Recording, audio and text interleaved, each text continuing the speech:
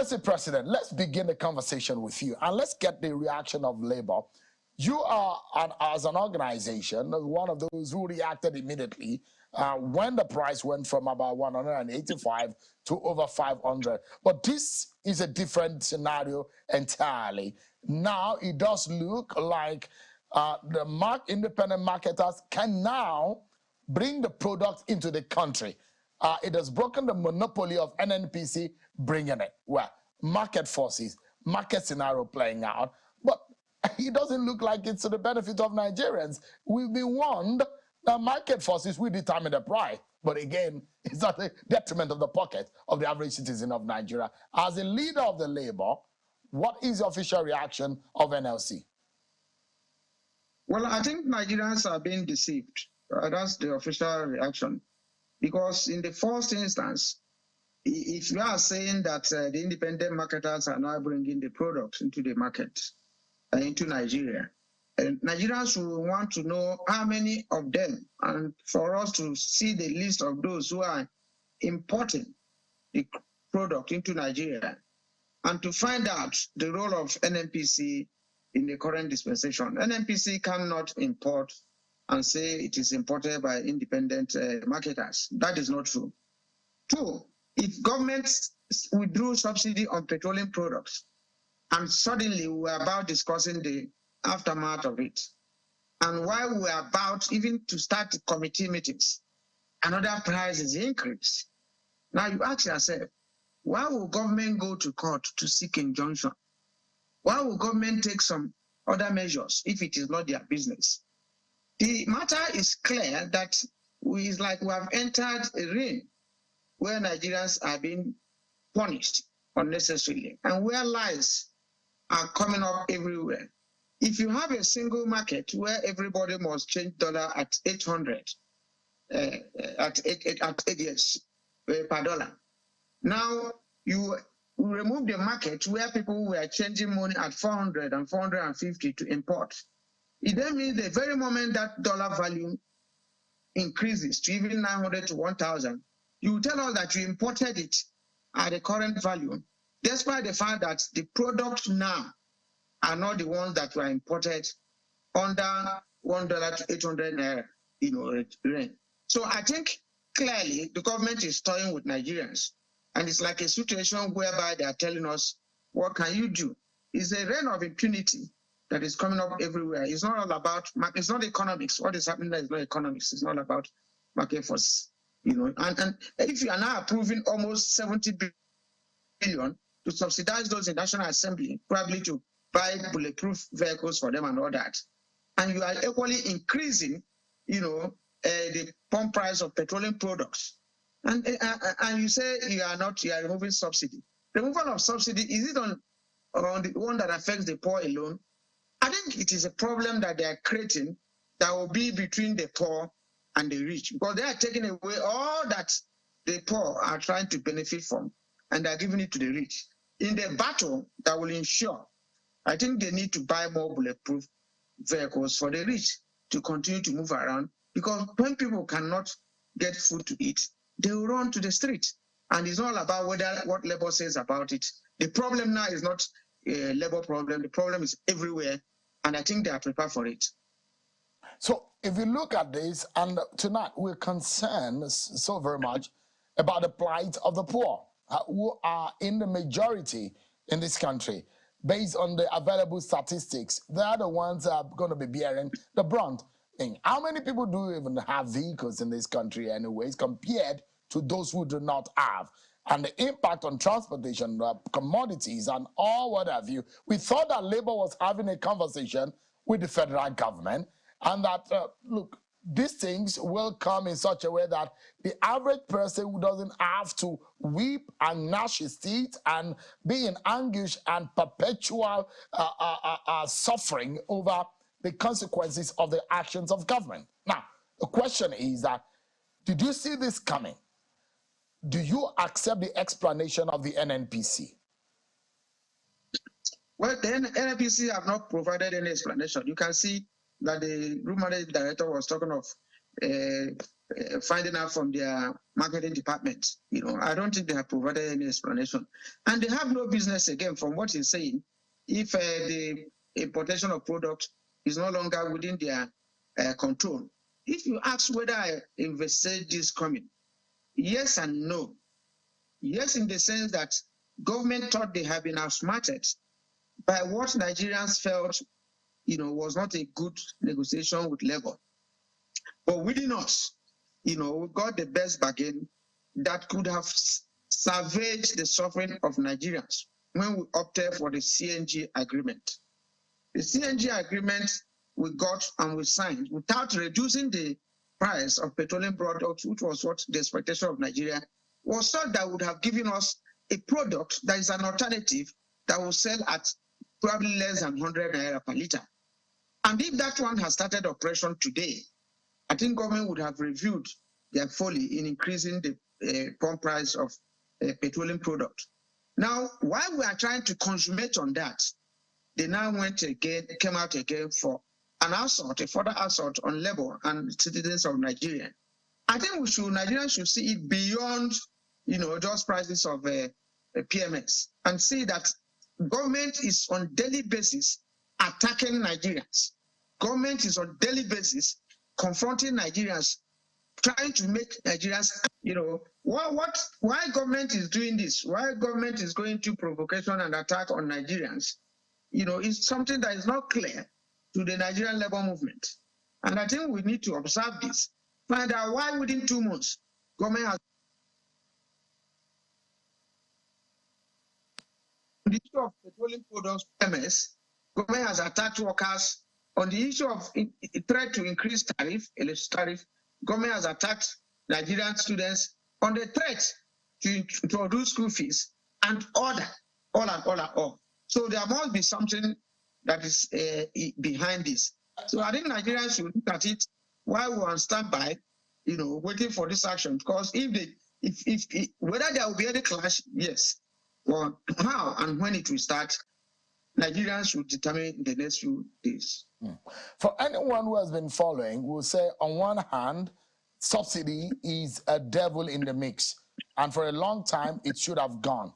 But the political will to be able to do that without incurring the wrath of the average Nigerian as being a problem. Now, this has happened, and it's certain that market forces will take preeminence. But the question is, what has changed in the last 2 months that have determined, caused the change in price? Before you, we were speaking with the federal government on behalf of labor and the Nigerian people. Do you feel a sense of failure on your own part that this is happening and the Nigerian people seems helpless?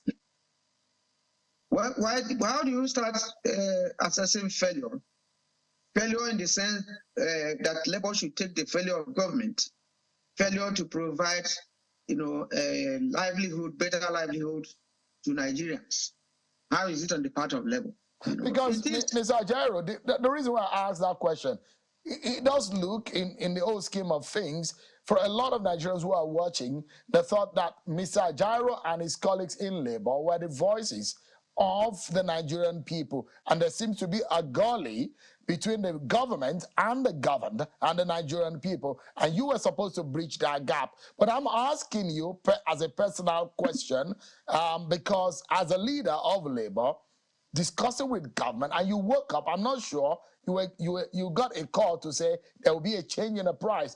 Did this come to you as a shock or an embarrassment of some sort, that you tried your effort to make sure that government stand down on the increase of the price and it failed? That is the position of my question. The present government you are seeing cannot call me to say they want to increase petroleum product. It is a government that is dictatorial. It's a government that acts on its own. It's a government that takes an action. What is my responsibility is the reaction of Nigerians when we weigh all the options available to us. It's a government that it's a government that prefers to get a court injunction. It's a government that prepares to do some other undercurrent things that threaten you. So it's not a government that you say will call you to say they want to increase fuel price. But clear thing about it is that if they call me, they will know that I will say no. So that one is clear.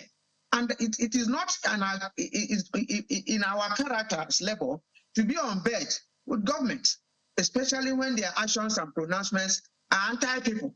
So to ask me whether, they called me, whether I should be working with them on this, I can't work with them as far as it has to do with deceiving Nigerians, punishing Nigerians. We will have to maintain our various positions, and the Nigerians are in a better position to judge.